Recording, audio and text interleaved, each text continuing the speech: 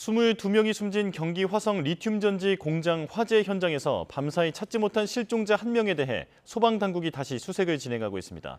정확한 화재 원인을 확인하기 위한 합동 감식도 잠시 뒤에 시작합니다. 현장 취재기자 연결합니다. 표정우 기자.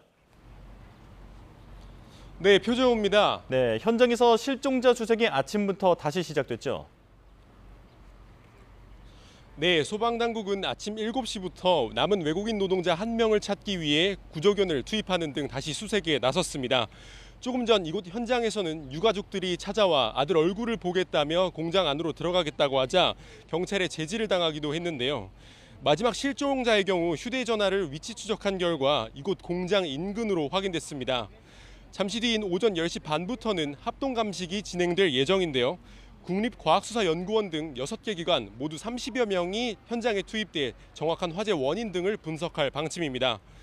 어제 오전 10시 반쯤 불이 난 곳은 2층 작업장으로 확인됐는데요. 리튬 전지 완제품을 검수하고 포장하는 곳으로 파악됐습니다.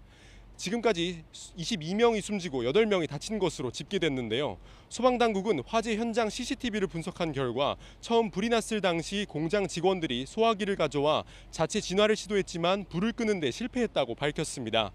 또 작업장 입구 쪽에 쌓여있던 배터리 하나에서 처음 불꽃이 보인 뒤 고작 15초 만에 뿌연 연기가 작업장을 뒤덮였다고 설명했습니다.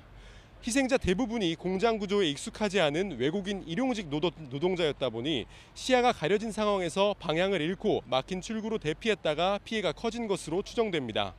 경찰은 130명 규모의 대형 수사본부를 꾸렸고 검찰과 고용노동부도 각각 별도의 수사전담팀을 마련했는데요.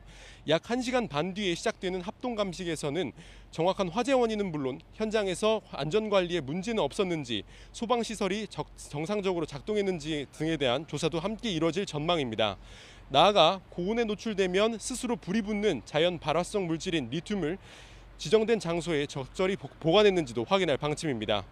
경기도는 재난안전대책본부를 설치하고 리튬 이용 사업장 80여 곳을 포함한 위험물질 이용 사업장에 대한 대대적인 점검을 벌이기로 했습니다. 지금까지 경기 화성시 화재 현장에서 YTN 표정우입니다.